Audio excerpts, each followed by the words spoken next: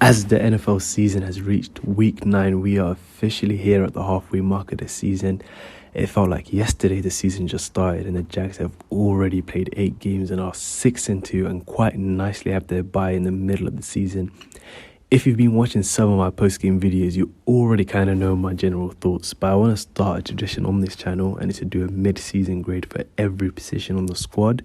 I won't go as deep as each position. For example, on the O-line, I won't be grading the right guard, the left tackle, for example, but grade that position as a whole. Key positions like the receivers, I'll kind of go into further depth, and in this video, we'll be discussing the offense.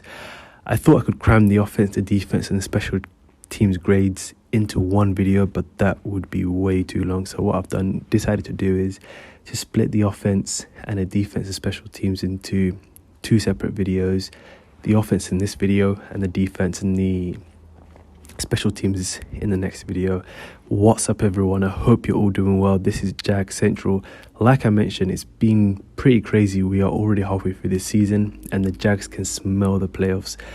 And with us already at 6-2, 10 wins being that magic number to all but guarantee a playoff experience. With a slow offensive start to the season, we've kind of picked it up over the past few weeks and kind of look a bit better, but we're nowhere near where we need to be. As it relates to player position grades, a few call outs on how our base to grade is. I won't be giving a grade to every single player, but grading positions, and I'll be giving a shout out grade to some players. I also grade these on an expectation scale and not just production. So if, for example, if I give Darius Williams an A and Trevor Lawrence a C, doesn't mean Williams is a better player or more important player than Lawrence. It's just based on their overall expectations as a player and on the team. I'm going to start with the offense, and I'm going to give a general grade for the offense, and then I'm going to give grades to each position in the offense. I'm going to grade the offense as C. Some people might think that's a bit too high. I know some people might be grading the offense a D, but for a team that is 6-2, the record flat as the offense and hides a lot of the deficiencies, and a lot of people don't watch the Jaguars and assume that they're fine. It's not fine. The offense is the reason why we let teams hang around for so long, and the same reason we are in tight games. The Jags leave way too many points in the red zone where we can't cash in and we have to settle for a field goal. Last week against the Steelers, we turned it over twice in the red zone and another one just outside it. We lost the turnover battle there, but we won the game. We also turned it over twice against the Bills in the red zone too. Correct me if I'm wrong, but I think it was twice, but definitely once. We're 23rd in the red zone scoring percentage, and we have a third down conversion rate of 35.5%, and that is 22nd in the league. For a team that is 6-2, tied with at the top of the AFC record-wide, with a quarterback talented as Lawrence, plus having one of the best receiving groups in Calvin Ridley, Christian Kirk, Zay Jones has been injured, and Evan Ingram. Those numbers are troubling to say the least. Anytime we cross midfield, only 32% of those times, 32% of those drives lead to a touchdown, and only 63% leads to a scoring drive. We struggle to get in the end zone. Hopefully the bye has given the coordinator some time to work things out, and then hopefully against the 49ers, we're going to see a much better offense. Onto some more positive grades. I'm going to start with the running back group. I'll give them a B+.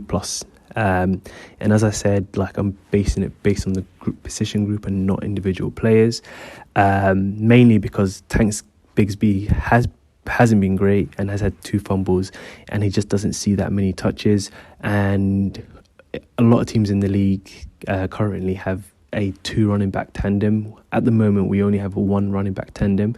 For example, the 49ers we're going to be watching next week. They have Christian McCaffrey, but they also have other running backs who are very productive. And Tanks Bigsby, I know he's a rookie, but it just hasn't been a steady hand, and can't at the moment be trusted to take the load off Travis Etienne. And Travis Etienne, speaking about him, currently one of the best running backs in the league and is a Jags offensive MVP. I'm giving him an A+. He already has combined for 849 rushing and receiving, along with 8 touchdowns, and his longest reception for that TD was against the Steelers last week. Going on to Trevor Lawrence, I give him a C plus, mainly because I expected a big leap from him this year. This was a tough grade because I kept juggling between B minus and C plus because he's been a very steady hand on offense. Like, he hasn't made that many mistakes. He's made so many nice throws, but he's also had protection issues, which the Jags tried to shore up by trading for Ezra Cleveland. So now that kind of bolster up the offensive line. And he's kind of been a reason why we can't convert in the red zone as well. So it was a very difficult grade. Like, I thought maybe a C plus is kind of a fair grade for him. Has a passer rating of 94. He's tied 16th for touchdown passes. He has a 68.3 completion percentage and is almost thrown for 2,000 yards and has 9 touchdowns and 4 interceptions. And the other thing is, like, in terms of touchdowns, he's 16th in the league, like middle of the pack. But for a team that's top of the AFC, you'd expect the quarterback to be much higher on that list. He's had quite a nice deep shots that have been taken away from him because of receivers dropping the ball or pass interference. So you can't really put that on him as well. And then onto the offensive line, I've given them a D. Like, they've allowed Trevor Lawrence to be sacked 19 times this season. He's on track to be sacked 40 times, and that will be the most in any of his previous 2 seasons. And there've been a reason why the offense is not clicking. Like, if the Jags need to take a step forward, the offensive line will need to do a lot of improving.